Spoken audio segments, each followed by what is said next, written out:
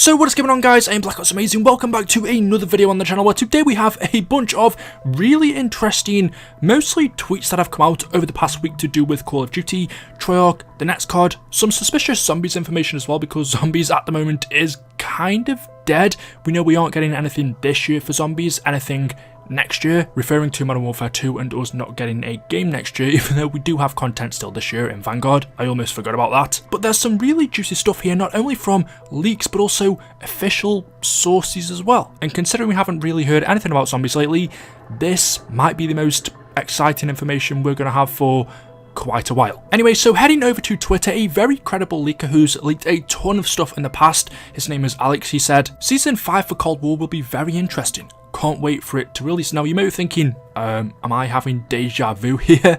I think Season 5 for Cold War has already released, which it has, which kind of caught me off guard as well. I was thinking, okay, is this a troll? Maybe it still is. I can't remember as far back as Season 5 for Black Ops Cold War, the original one. I can't really remember what content we got in that season. Did we get a new zombies map? I don't know. But we've still yet to get Season 5 for Vanguard, and we have seen, say, Season 1 or Season 2 or 3 for Vanguard. We also get new things added into Cold War. Granted, they're not very big. It's not like a new map or a new weapon or something like that. So I guess what he could be saying is, in Season 5 for Vanguard, we're also going to be getting something in Cold War as well. I don't know, but then he quote tweeted this by saying, Zombies fans will be very surprised.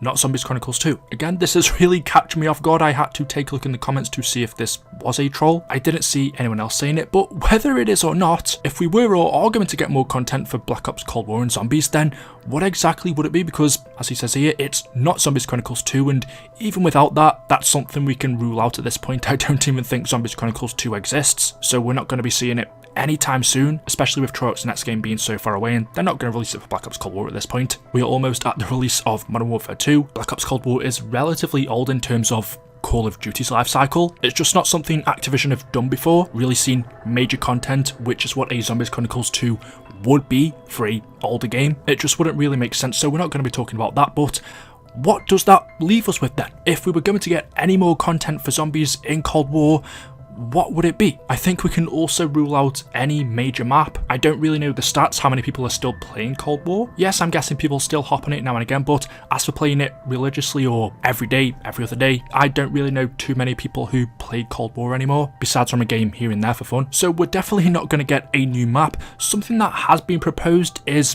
Nakta and Toten as a survival map. That one is more believable because, well, we already have half of Nakta in the game. We've just seen in Vanguard, they've given us Shino Numa Reborn, and if you think about it, that was a kind of similar situation to what we have here because in Duran Fang, when Vanguard released in November, Shino Numa was already in the game. It was a part of Duran Fang, granted a small portion of it, and that's exactly what we have in Cold War. In D Machine, Nakta and Toten is a small portion of that map. We saw, months later, Shino Numa released as a full map in Vanguard, so could we see Nakta and Toten as a full map in Black Ops Cold War? Again, I think that's more wishful thinking at this point. I think it would have happened by now. We do have to remember that Treyarch at this point are working on multiple projects. They're still working on Vanguard Zombies. They're also working on their next game, so to go ahead and spend time making a map for Cold War, I just can't really see them doing that because they are so busy. It already took them 3 months to make Shino Numa on Vanguard, so yes, that was a small development team, but it would still take at least a couple of months to make a Nakta and Toten map. But Treyarch are working on Vanguard Zombies,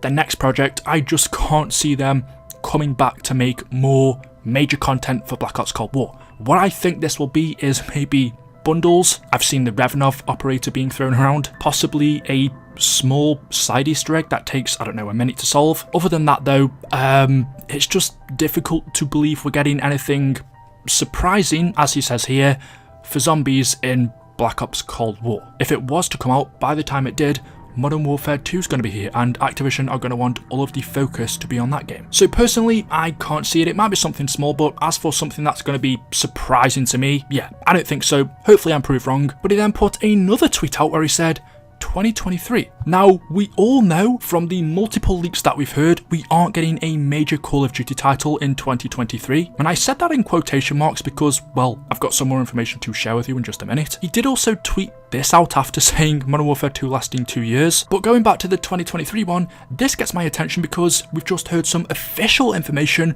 from Activision themselves where they told us that actually we are getting new premium content next year. And whenever Activision refer to anything as premium content, they're talking about a main Call of Duty title. But we've been told from leaks that we aren't getting anything next year. Just looking at their exact quote, and this actually came from Activision's Q2 2022 earnings call, they said Activision's expanded studios will also continue to make strong progress on an innovative mobile experience that will extend Warzone to the largest and fastest growing platform. Across the Call of Duty ecosystem, the teams are well positioned to support these launches with substantial live operations while also continuing development of new premium content planned for 2023 and beyond. So this confirms from Activision themselves we are getting new premium content for 2023. It also says beyond, which, well, we knew we were getting something for 2024 anyway.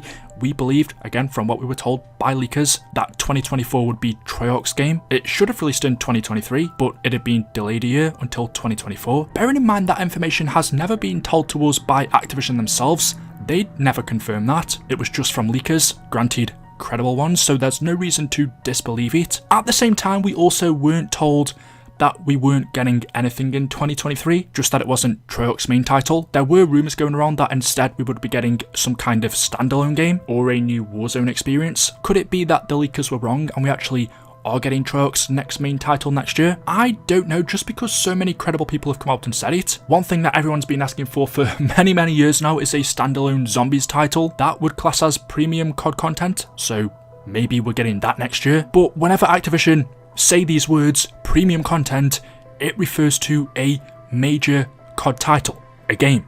Not DLC, not updates, not new maps, weapons, characters, stuff like that. It usually doesn't refer to anything Warzone related. Premium content means a new Call of Duty game. But the question is then, if it isn't Treyarch's next title, what is it? And are we actually getting Treyarch's game next year? I don't want to get my hopes up and say, yes, we're getting a standalone Zombies game. Honestly, I have no clue. All we know is that because this is a earnings call, Activision aren't lying here.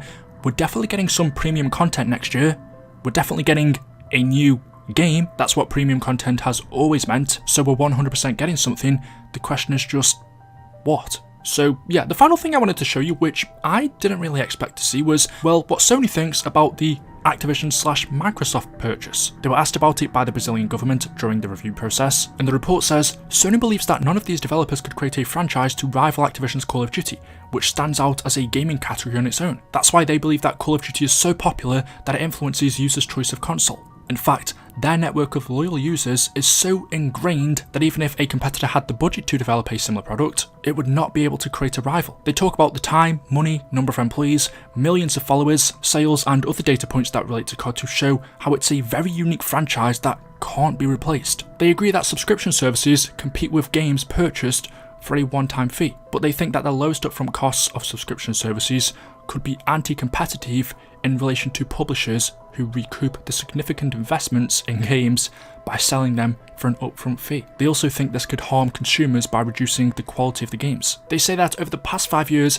Games Pass has grown to capture approximately 60 to 70% of the global subscription service market. They believe that it could take several years for a competitor, even with substantial investments, to create a rival effect for the Game Pass. Call of Duty represents an important revenue stream for the PlayStation, and it is one of SIE's biggest source of revenue from third parties. So this is interesting because it mentions a couple of things here, one being Sony's thoughts on the Game Pass, it capturing 60 to 70% of the global subscription market. We know Sony have just come out with their new PlayStation Plus. I don't know how it compares to the Game Pass just because I don't have that, so you'd have to let me know in the comment section below. Are they about equal? Is one better? But it is important to know that even though they don't really say anything here in terms of they're against what Microsoft are doing, they do say that COD is very important in two different aspects because one, it's a massive source of revenue for third parties, and two, and I do agree with them on this because it's influenced me, Call of Duty does persuade people to purchase a certain console. If you've got exclusive content on, say, the Xbox, people will buy that, and it's the same with the PlayStation. So with Microsoft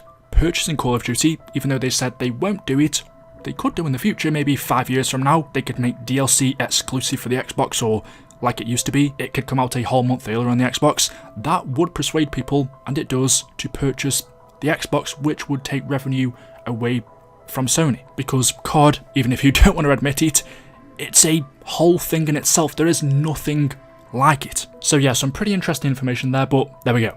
Let me know your thoughts about all of this in the comments section below. As always, hopefully you've enjoyed the video today. If you have, drop a like rating. Make sure you are subscribed to stay up to date with the latest content on the channel. Thank you all for watching, and I will see you in the next video. Until then, goodbye.